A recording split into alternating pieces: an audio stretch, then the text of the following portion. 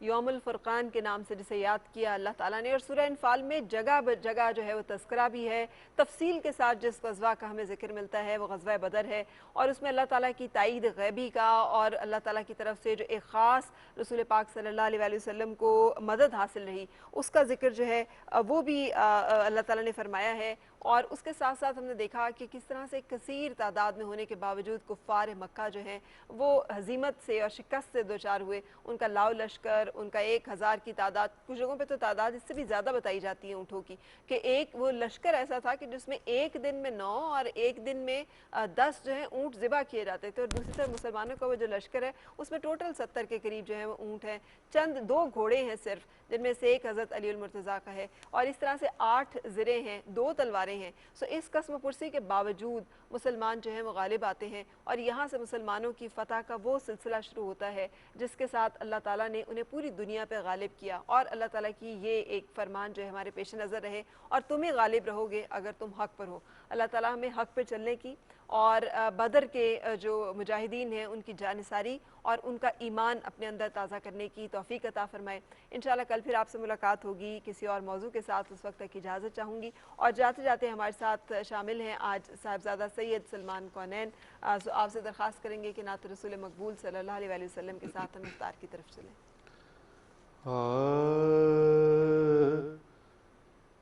مدینے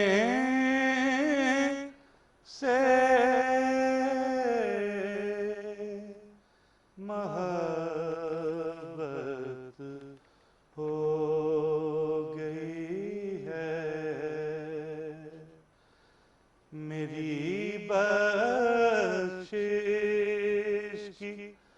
صورت ہو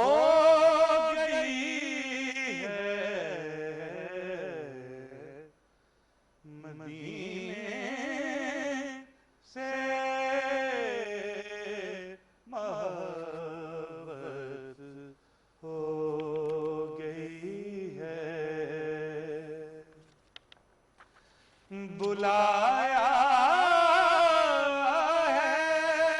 مجھے پھر مصطفیٰ نے بلایا ہے مجھے پھر مصطفیٰ نے پھر اس محفل میں شرکت ہو گئی ہے، میری بخشش کی صورت ہو گئی ہے، مدینے سے محبت ہو گئی ہے، نبی کے ایک اشارے کی بدولت، نبی کے ایک اشارے کی بدولت تیری ہے چاند شوہر